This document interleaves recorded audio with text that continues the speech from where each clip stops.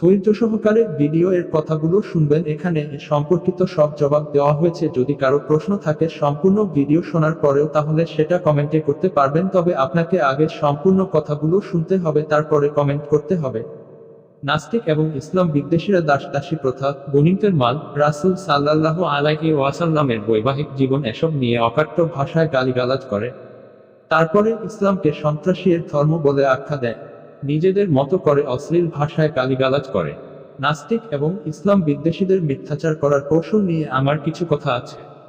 তারা কিভাবে মিথ্যাচার করে সেটা নিয়ে। যেমন ধরুন, আমি যদি বলি মুক্তিযোদ্ধারা এত বড় সন্ত্রাসী একটা বাহিনী যারা 10,000 পাকিস্তানিকে হত্যা করেছে, তাহলে বিষয়টা কিন্তু অন্যদিকে মোড় নিয়ে যাচ্ছে। কারণ আমি এখানে বিস্তারিত কাহিনী, প্রেক্ষাপট, ব্যাকগ্রাউন্ড এগুলো তুলে না ধরে এই কথাটি বললাম।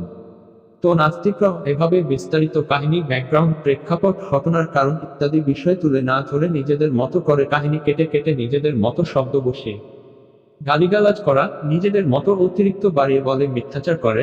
উপরে আমি যদি বলতাম যে পশ্চিম পাকিস্তানের শোষকরা বাঙালিদের উপর অনেক নির্যাতন করত, অত্যাচার করত, সেই নির্যাতন থেকে বাঁচার জন্য বাঙালিরা যুদ্ধ করে, তখন যুদ্ধাবস্থায় ওই ঘটনাটি ঘটে, তাইলে বিষয়টা কিন্তু ঠিক আছে, কারণ কাহিনী, প্রেক্ষাপট বলা হয়েছে।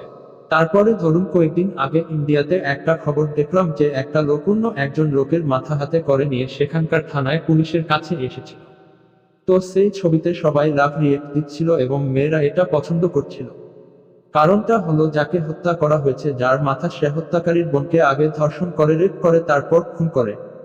তারপর সেই লোকটি তার বোনের অত্যাচার এবং ধর্ষণের প্রতিশোধ নেয়। তো পুরো কাহিনী এবং ক্যাপশন পড়ার পরে সবাই বুঝতে পারলো এবং মেয়েরা সবাই সেটাকে রেসপেক্ট করলো, সাপোর্ট করলো। এখন যদি ফেসবুকে সেই নিউজে কোনো ক্যাপশন ছাড়া শুধুমাত্র থানায় মাথা নিয়ে সেই লোকের পুলিশের কাছে হাজির হওয়া এই ছবিটা দেখানো হতো, তাহলে সবাই জিনিসটা অন্যরকম ভাবতো। আর মাথা নিয়ে থানায় পুলিশের কাছে হাজির হওয়া লোকটিকে অনেক বড় সন্ত্রাসী আর শয়তান মনে হবে। কিন্তু যখন ক্যাপশনে বিস্তারিত কাহিনী বলা হলো, তখন সবাই সেই লোকটিকে অনেক রেসপেক্ট এবং সম্মান করলো, কারণ সে একজন ধর্ষককে হত্যা করেছে, যে ধর্ষক ওই লোকটির আপন বোনকে ধর্ষণ করে হত্যা করছে। ওই লোকটি তার বোনের ধর্ষণ ও হত্যার প্রতিশোধ নিয়েছে। তো এখানে নাস্তিকদের মতো মিথ্যাচার এভাবে করা যেত, শুধুমাত্র সেই লোকটির ধর্ষকের মাথা হাতে নিয়ে ছবিটা দিয়ে যদি বলা হতো কত বড় সন্ত্রাসী আর শয়তান খতরনাক এই লোকটি, যে একজনের গলা কেটে নিয়েছে। এটা হলো মিথ্যাচার। কারণ এখানে পুরো ব্যাকগ্রাউন্ড বা ঘটনা বলা হয়নি, বরং ঘটনা থেকে অল্প একটু কেটে নিয়ে নিজের মতো উপস্থাপন করা হয়েছে, নিজের ভাষায় মিথ্যাচার করা হয়েছে। নাস্তিকরা একটা ঘটনা থেকে একটা অংশ কেটে নিয়ে মিথ্যাচার করে নিজেদের মতো করে। তারা বিস্তারিত কাহিনী বলে না, ঘটনার প্রেক্ষাপট বা ব্যাকগ্রাউন্ড, ঘটনার কারণ এগুলো বলে না। নাস্তিক এবং ইসলাম বিদ্বেষীরা ছলে বলে কৌশলে সুন্দরভাবে মিথ্যাচার করে, যেটা একজন জ্ঞানী মুসলিম সহজেই ধরতে পারে। কিন্তু যেসব নামে মুসলিম কিন্তু ইতিহাস লেখাপড়া কিছু করে নাই, কোরআন হাদিস সম্পর্কে কিছু জানে না, সে সব মুসলিম নাস্তিকদের কথাগুলোতে বিভ্রান্তিতে পড়ে। কিন্তু একজন জ্ঞানী মুসলিম নাস্তিকদের মিথ্যাচার গুলো সহজেই ধরতে পারে, তারা কিভাবে মিথ্যাচার করে, কোন কৌশলে ছলে বলে কৌশলে মিথ্যাচার করে, কিভাবে কাহিনীকে বিকৃত করছে, সেটা নিয়ে এই কথাগুলো শুনুন। এখানে আলোচনা করা হয়েছে https://youtube.2 কিভাবে তারা মিথ্যাচার করে এটার ভিডিও। দরকার পড়লে এটা 1.75 স্পিড আপ দিয়ে শুনুন, ইউআরএল ডেসক্রিপশন বক্সে আমি দিয়ে দিয়েছি।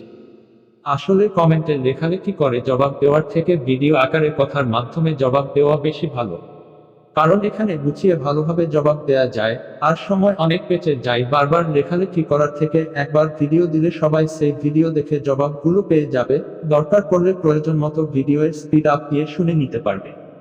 আর লেখালেখি করে জবাব দিলে নাস্তিক এবং ইসলাম বিদ্বেষী ভাইটির যেমন সময় নষ্ট হয়, জবাব করতে অধৈর্য হয়ে যায়, কাজেই ভিডিও আকারে কথাগুলো বলা হয়েছে। নাস্তিক এবং ইসলাম বিদ্বেষীদের দাস দাসী প্রথা, গণিমতের সম্পদ, মাল নিয়ে নাস্তিকদের মিথ্যাচারের জবাব। নাস্তিকরা ও ইসলাম বিদ্বেষীরা বলে থাকে ইসলাম নাকি দাস দাসী প্রথাকে এনেছে এবং রাসূল সাল্লাল্লাহু আলাইহি ওয়াসাল্লাম নাকি দাস দাসী প্রথা বানিয়েছেন। নাস্তিকরা ইসলাম বিদ্বেষীরা কি বই পুস্তক কিছু করে না, প্রশ্নবোধক চিহ্ন। অনেক সময় তারা এমন উদ্ভট টাইপের বিষয় নিয়ে প্রশ্ন তোলে যেগুলো শুনলে মনে হয় তারা ইতিহাস সম্পর্কে কিছু জানে না। যাই হোক, দাস দাসী প্রথা মূলত রাসূল সাল্লাল্লাহু আলাইহি ওয়াসাল্লামের জন্মের অনেক অনেক আগে থেকেই প্রচলিত, আর প্রচলিত থাকবেই না কেন। সে সময় তো আর কোন কিছু পরিবহনের জন্য উন্নত মানের গাড়ি, ট্রেন ছিল না। সে সময় তো আর রোবট ছিল না। তখন যাবতীয় কাজকর্ম এসব দাস দাসীদের মাধ্যমে করানো হতো। ব্যবসা বাণিজ্য, জমি চাষ করা, পণ্য পরিবহন, অর্থনৈতিক সকল কাজ দাস দাসীদের মাধ্যমে করানো হতো। সে সময় দাস দাসীদের হাটও বসত। এতে দাস দাসীদের লাভ হতো, মনিবের কাছে খাবার পেত, মোটামুটি ভরণ পোষণ পেত, টাকা পয়সা পেত। তবে এগুলোর থেকে তাকে অত্যাচার নির্যাতনই বেশি সহ্য করতে হতো। আবার অনেক মনিবের কাছে সে ভরণ পোষণ ঠিকভাবে পেত না, তাকে বিভিন্নভাবে হেয় প্রতিপন্ন করা হতো। সে সময় দাস দাসী প্রথা স্বেচ্ছায় হতো। দেখা যেত অনেক নিঃস্ব লোক নিজের ভরণ পোষণ নিজে চালাতে পারে না, তো সেই সব নিঃস্ব গরিব দাস দাসী হতো নিজে থেকে, নিজের ইচ্ছাতে। আবার প্রাচীনকালে রাসূল সাল্লাল্লাহু আলাইহি ওয়াসাল্লামের জন্মের অনেক আগে সুগঠিত সরকার ছিল না, সুগঠিত রাষ্ট্র ব্যবস্থা ছিল না। তখন এক গোত্রের সাথে আরেক গোত্রের যুদ্ধ লাগতো। যুদ্ধে যেসব নারীরা অংশগ্রহণ করত তারা অনেক সাজুগুজু করে সুন্দরভাবে সেজে গুজে যুদ্ধে অংশগ্রহণ করত, কারণ সে জানত যে এই যুদ্ধে সে পরাজিত হলে তাকে দাসী হতে হবে।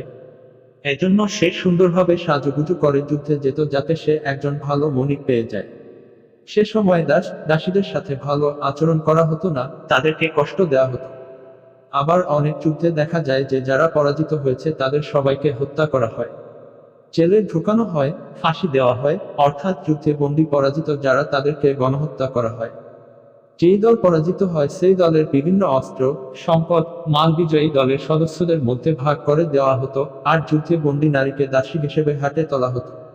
এখানে সেই নারীটিও জানত যে যুদ্ধে বন্দী হলে তার এই অবস্থা হতে পারে, এই জন্য সে সাজুগুজু করে যুদ্ধে অংশগ্রহণ করত যাতে সুন্দর একজন মনিব পেয়ে যায়। সে সময় দাসীদের সাথে সহবাস একটা স্বাভাবিক বিষয় ছিল, আর এতে দাসীদেরও ইচ্ছা থাকতো, অনুমতি থাকতো। এই বিষয়গুলো খুবই স্বাভাবিক ছিল সে সময়, তখনকার প্রেক্ষাপটে।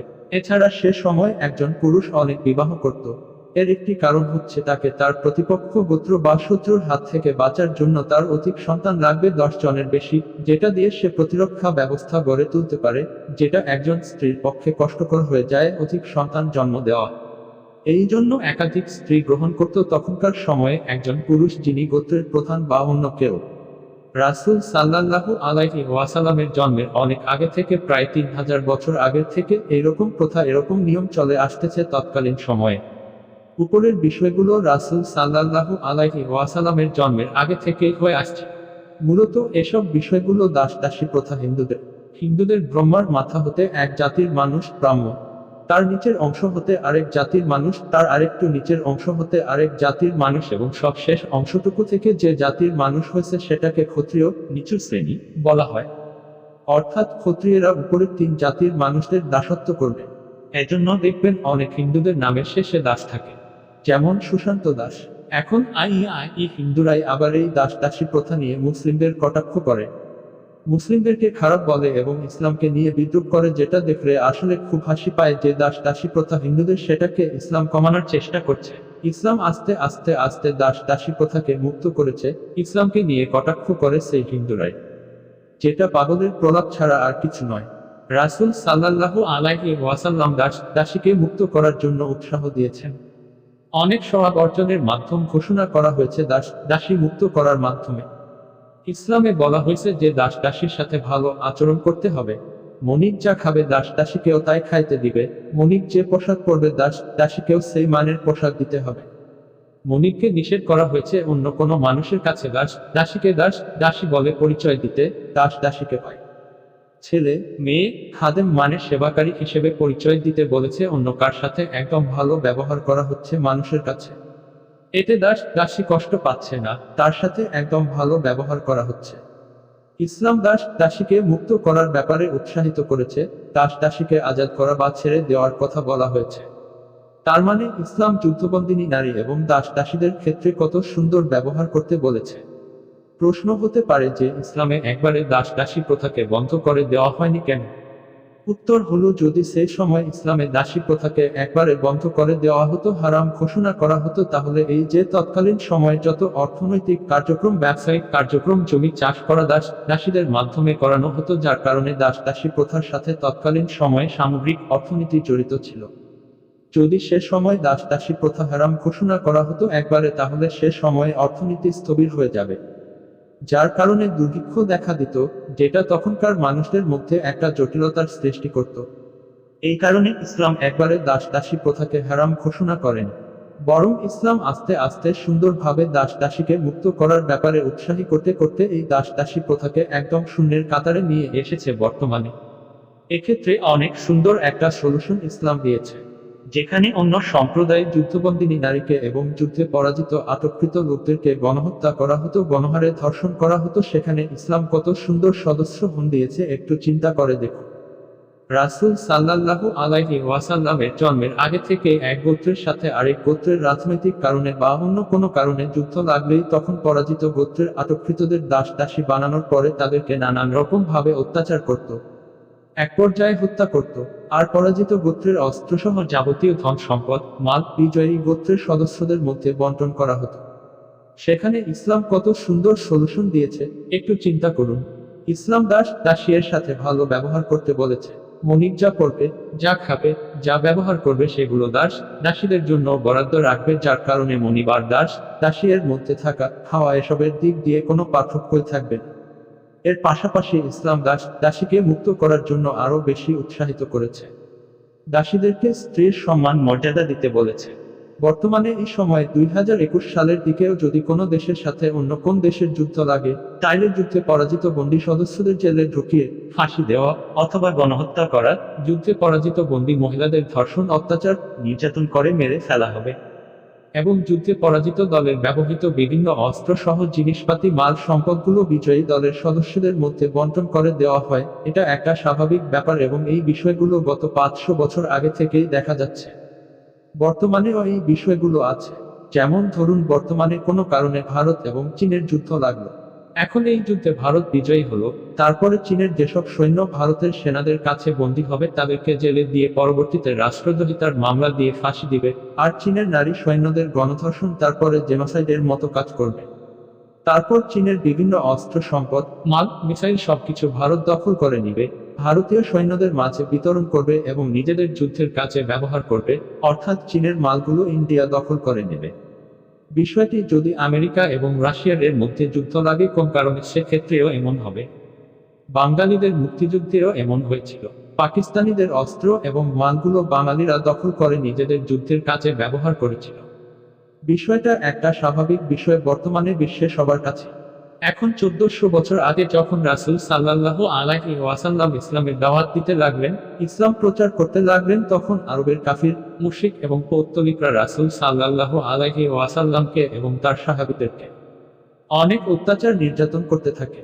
সেই অত্যাচার নির্যাতন থেকে বাঁচার জন্য রাসূল সাল্লাল্লাহু আলাইহি ওয়াসাল্লাম তার সাহাবীদেরকে নিয়ে প্রতিরক্ষা বাহিনী গড়ে তুলে কাফের মুশরিক এবং প্রচলিত অত্যাচার নির্যাতন আক্রমণকে প্রতিহত করার জন্য, সেগুলোকে প্রতিরোধ করার জন্য ডিফেন্স করে, এবং যুদ্ধ সংঘটিত হলে ইসলামের মুজাহিদরা বিজয় অর্জন করে এবং যুদ্ধে বন্দিনী পরাজিতরা দাস দাসী হিসেবে কাজ পেল।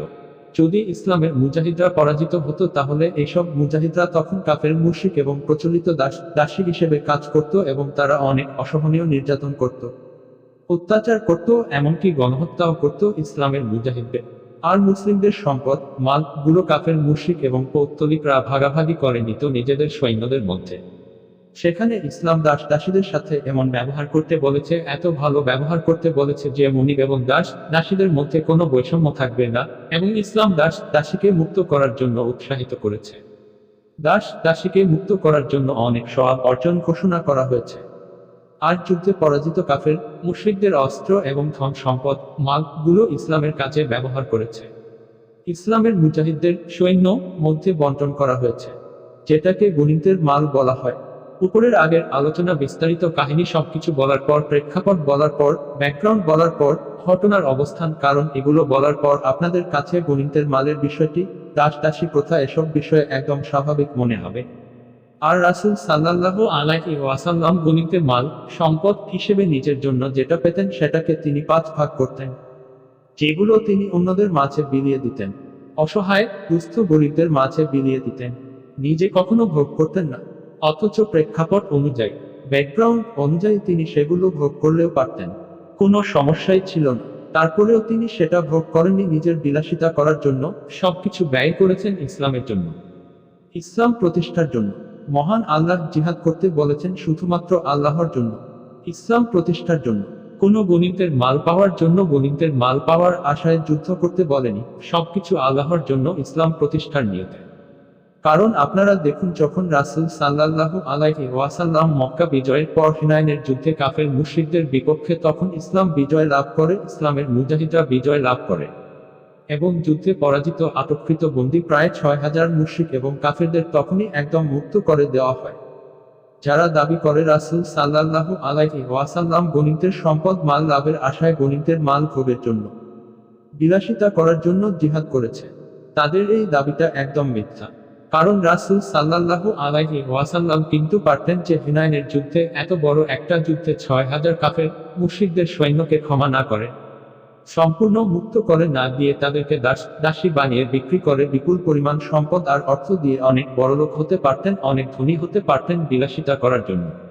গণিতের মাল নিয়ে অনেক বড়লোক ধনী হতে পারতেন তখন, কিন্তু তিনি সেগুলো করেন। সেগুলো না করে তাদের সবাইকে ক্ষমা করে মুক্ত করে দেন। আপনি একটু চিন্তা করুন, রাসূল সাল্লাল্লাহু আলাইহি ওয়াসাল্লাম শুধুমাত্র আল্লাহর সন্তুষ্টি এবং ইসলাম প্রতিষ্ঠার জন্য প্রয়োজনে জিহাদ করেছে। তার নিয়ত ছিল ইসলাম প্রতিষ্ঠার মধ্য দিয়ে আল্লাহর সন্তুষ্টি। কোনো গণিতের মাল পেয়ে ধনী হয়ে বিলাসিতা করা তার নিয়ত ছিল না, যে কারণে সেগুলো তিনি কখনো নিজে ভোগ করেননি। যদিও রাসূল সাল্লাল্লাহু আলাইহি ওয়াসাল্লাম সেই প্রেক্ষাপট ব্যাকগ্রাউন্ডে সেগুলো ভোগ করলেও তার কোনো সমস্যা ছিল না প্রেক্ষাপট ব্যাকগ্রাউন্ড অনুযায়ী। আরও এই মাল সম্পদগুলো রাষ্ট্রীয় কোষাগার এখন প্রায় সব দেশেই আছে বর্তমানে। সেই রাষ্ট্রীয় কোষাগার থেকে যারা নিজেদের জীবন বাজি রেখে যুদ্ধ করে হত্যা, সেই দেশের সৈন্যদের ধন সম্পদ মাল টাকা পয়সা এগুলো দেওয়া হয়, যেটা স্বাভাবিক বিষয়। তাহলে এখন ক্লিয়ার যে নাস্তিকরা গণিতের মাল নিয়ে নিজেদের ভাষায়, অশ্লীল ভাষায় গালিগালাজ করে, কটাক্ষ করে, মিথ্যাচার করে। আসলে একজন জ্ঞানী মুসলিম খুব সহজেই নাস্তিকদের মিথ্যাচার ধরতে পারবে, কিন্তু যেসব মুসলিম ইতিহাস বইপত্র এগুলো পড়ে না, রাসূল সাল্লাল্লাহু আলাইহি ওয়াসাল্লামের সম্পূর্ণ জীবনী সম্পর্কে জানে না, তারা মূলত নাস্তিকদের এসব মিথ্যাচার বিভ্রান্তিতে পড়ে যায়। কারণ তাদের কাছে পর্যাপ্ত জ্ঞান নেই যেটা দিয়ে তারা নাস্তিকদের মিথ্যাচার ধরবে। নাস্তিকদের মিথ্যাচারের কৌশল নিয়ে আমি একটা ভিডিও করেছি, আপনারা সেটা দেখবেন, ডেসক্রিপশন বক্সে লিঙ্কগুলো দিয়ে দিবনে। আর নাস্তিক এবং ইসলাম বিদ্বেষীরা ইসলামকে সন্ত্রাস ধর্ম, টেরোরিজমের ধর্ম বলে। তারা বলে যে ইসলামে জিহাদের কথা বলা আছে, অর্থাৎ সন্ত্রাসের কথা বলা আছে, এজন্য এটা টেরোরিজমের ধর্ম। আসলে এটা তাদের বোঝার ভুল। জিহাদ আরবি শব্দ, যার অর্থ চেষ্টা বা সংগ্রাম। Jihad is an Arabic word which literally means striving or struggling, especially with a priority. Wikipedia, অর্থাৎ জিহাদ শব্দের অর্থ হলো অন্যায়ের প্রতিবাদ করা, সংগ্রাম করা, চেষ্টা করা। যেমন আমরা অনেকে বলি যে নিজের অন্তরের সাথে জিহাদ করো, মানে হলো নিজের অন্তরে যাতে কুপ্রবৃত্তি না আসে সেটার জন্য চেষ্টা করা। জিহাদের আরেকটা অর্থ হলো সংগ্রাম করা, যখন কোনো দল বা গ্রুপ কারো উপর অ্যাটাক করবে, আঘাত করবে, অত্যাচার করবে, নির্যাতন করবে, তখন নির্যাতিতরা সেটার প্রতিবাদ করবে, সংগ্রাম করবে, স্বাধীনতার দাবি তুলে যে যুদ্ধটা করবে সেটা হলো জিহাদ। কারো উপর প্রথমে অ্যাটাক করা হলো সন্ত্রাসবাদ। ইসলাম কারো উপর অ্যাটাক করতে বলে না। ইসলাম বলে যখন তোমাকে কেউ অ্যাটাক করতে আসবে তুমি ডিফেন্স করবা, সংগ্রাম করবা, অন্যায়ের প্রতিবাদ জানাবে, দরকার পড়লে যুদ্ধ করবে। এই প্রতিবাদ জানানো, সংগ্রাম করা এবং যুদ্ধ করা, এটাকে বলা হয় জিহাদ। অর্থাৎ কেউ আমার উপর প্রথমে আক্রমণ করতে আসলে আমি যে প্রতিহত করব, যেভাবে প্রতিহত করব সেটাই হলো জিহাদ। যেমন পশ্চিম পাকিস্তানিরা বাঙালিদের উপর অনেক নির্যাতন করত, আগে আক্রমণ করত, তারা বাঙালিদের উপর আগে এটা করেছে আর বাঙালিরা সেটার প্রতিবাদ করেছে, সংগ্রাম করেছে, দীর্ঘ 9 মাস যুদ্ধ করেছে। বাঙালিদের যুদ্ধ করা কাজটা হলো ভালো, আর পশ্চিম পাকিস্তানের কাজটা হলো খারাপ, সেটাকে বলা হয় টেরোরিজম। আর বাঙালিরা মুক্তিযুদ্ধের মাধ্যমে তাদের অত্যাচারিত জীবন থেকে রক্ষা পেয়েছে, কাজেই বাঙালিদের মুক্তিযুদ্ধের অনুরূপ কাজ হলো জিহাদ। ইসলাম কখনো কাউকে আগে অ্যাটাক করতে বলে না, ইসলাম বলে জিহাদ করতে। এর মানে হলো তুমি ডিফেন্স করো, অর্থাৎ যখন কেউ তোমার উপর অ্যাটাক করবে, নির্যাতন করবে, অত্যাচারিত করবে, তখন তুমি সেই অন্যায় মুখ বুজে সহ্য করবে না। যখন তোমাকে কেউ আগে অত্যাচার করবে, নির্যাতন করবে, অ্যাটাক করবে, তোমাকে মারার জন্য এগিয়ে আসবে, তোমাকে হামলা করার জন্য এগিয়ে আসবে, আগে অ্যাটাক করার জন্য এগিয়ে আসবে, তখন তুমি লুকিয়ে না থেকে প্রতিরোধ ব্যবস্থা গড়ে তোলো এবং জিহাদ করে অন্যায়ের প্রতিবাদ জানাবে, অন্যায়ের বিরুদ্ধে যুদ্ধ করবে এবং নির্যাতিত মানুষের অধিকার রক্ষা করবে। কারো উপর প্রথমে অ্যাটাক করা হলো টেরোরিজম, আর সেই টেরোরিজমকে প্রতিহত করার জন্য, সেই টেরোরিজমকে রুখে দেওয়ার জন্য প্রয়োজন জিহাদ। যে ভাইটি বলেছেন যে ইসলাম টেরোরিস্টের ধর্ম, সেই ভাইটি আসলে ইসলামের কিছু বোঝেন না। গুগল থেকে, ইন্টারনেট থেকে নাস্তিকদের মিথ্যাচার করে, মিডিয়ার মাধ্যমে নাস্তিকদের এবং ইসলাম বিদ্বেষীদের মিথ্যাচার দেখে তার মনে হয়েছে যে ইসলাম টেরোরিজমের ধর্ম। অনেকে দেখা যাচ্ছে ইসলামের নাম করে নিরীহ নির্দোষ মানুষকে হত্যা করে তাদের নিজেদের স্বার্থ হাসিলের জন্য। সেগুলো দেখে তারা ভাবে ইসলাম টেরোরিজমের ধর্ম। একটা ধর্মকে যাচাইয়ের জন্য সেই ধর্মের কিতাব এবং ধর্মপ্রচারকের হাদিস এগুলো খেয়াল করতে হবে। সেগুলো থেকে আমরা জানতে পারি ইসলাম এমন কখনো করতে বলেনি যে নিরীহ নির্দোষ মানুষকে হত্যা করো। কোরআনে বলা আছে যদি কেউ নিরীহ নির্দোষ মানুষকে বিনা কারণে হত্যা করে তাহলে সেটা পুরো মানবজাতিকে হত্যা করার সমান হবে। একটা উদাহরণ দিয়েছি উপরে। কোন ঘটনা নিয়ে আলোচনা করার আগে, কোন জিনিস আলোচনা করার আগে আমাদের সেই ঘটনার বিস্তারিত ব্যাকগ্রাউন্ড প্রেক্ষাপট তুলে ধরে তারপর সেই ঘটনা আলোচনা করা উচিত, কিন্তু নাস্তিক এবং ইসলাম বিদ্বেষীরা সেগুলো কিছু তুলে ধরে না। যেমন তৎকালীন পশ্চিম পাকিস্তানের সরকার এবং রাজনৈতিক নেতারা এবং পশ্চিম পাকিস্তানের সেনাবাহিনী এরা বাঙালিদের উপর অর্থাৎ তৎকালীন পূর্ব পাকিস্তানের উপর নানান রকম বৈষম্য, অসহনীয় নির্যাতন, সাধারণ মানুষদের নানান রকম ভাবে কষ্ট অত্যাচার করে অতিষ্ঠ করে তোলে। তারপর এক পর্যায়ে পুরো পাকিস্তানের সাধারণ মানুষদের গণহত্যা করা শুরু করে, সবাইকে হত্যা করার জন্য চেষ্টা করতে থাকে। তখন পূর্ব পাকিস্তানের অর্থাৎ তৎকালীন বাঙালি একজন অবিসংবাদিত নেতা বঙ্গবন্ধু শেখ মুজিবুর রহমানের নেতৃত্বে পশ্চিম পাকিস্তানের এই অন্যায় নির্যাতন, অত্যাচার, গণহত্যা এসবের বিরুদ্ধে যে যুদ্ধটা শুরু হয় সেটাকে জিহাদের সাথে তুলনা করা যেতে পারে।